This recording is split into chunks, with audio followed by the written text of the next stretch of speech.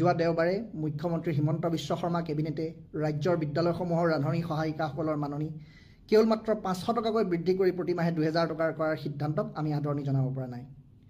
যোৱা 2005 চনৰ পৰা আৰম্ভ হোৱা এই বিদ্যালয়ৰ মধ্যাহ্ন ভোজন আঁচনিত জড়িত ৰান্ধনী সহায়িকাসকলে যোৱা 20 বছৰে বহু আন্দোলন প্ৰতিবাদ আৰু আদালতৰ হস্তক্ষেপৰ পাছতহে 1500 টকাকৈ মাননি পাবলৈ সক্ষম হৈছিল। যি সময়ত মন্ত্ৰী বিধায়কসকলে নিজ নিজ ইচ্ছা অনুসৰি নিজৰ দৰমহা বিগত 20 বছৰে প্ৰায় 6-7 গুণ বৃদ্ধি কৰিলে, যি সময়ত ব্যাপক মুদ্ৰাস্ফীতিৰ ফলত অত্যাৱশ্যকীয় সামগ্ৰীৰ পৰা জীৱনদায়িনী ঔষধলৈকে সকলোৰে মূল্য আকাশলংঘী হৈ পৰিল, সেই সময়ত কেৱল মাত্ৰ 1500 বা 2000 টকাত এটা পৰিয়াল চলা সম্ভৱ জানো? মুখ্যমন্ত্ৰী ডাঙৰীয়া, আমি আপোনাক প্ৰশ্ন কৰিব বিচাৰিছোঁ, একেখিনি কামৰ বাবে কেৰালা ৰাজ্যত, তামিলনাডুত বা বেলেগ এখন ৰাজ্যত যদি ৰান্ধনী সহায়িকাসকলে প্ৰতিমাহে 10,000 টকা, 12,000 টকা, 8,000 টকা মাননি পাব পাৰে, অসমৰ ৰান্ধনীসকলৰ সৈতে এই বৈষম্য কিয়? আপুনি সততে দেখোন কৈ থাকে তেওঁলোক চৰকাৰী চাকৰিয়াল, তেওঁলোকে আন্দোলন কৰিব নোৱাৰে, তেওঁলোকে অৰুণোদয় আঁচনিও নাপায়।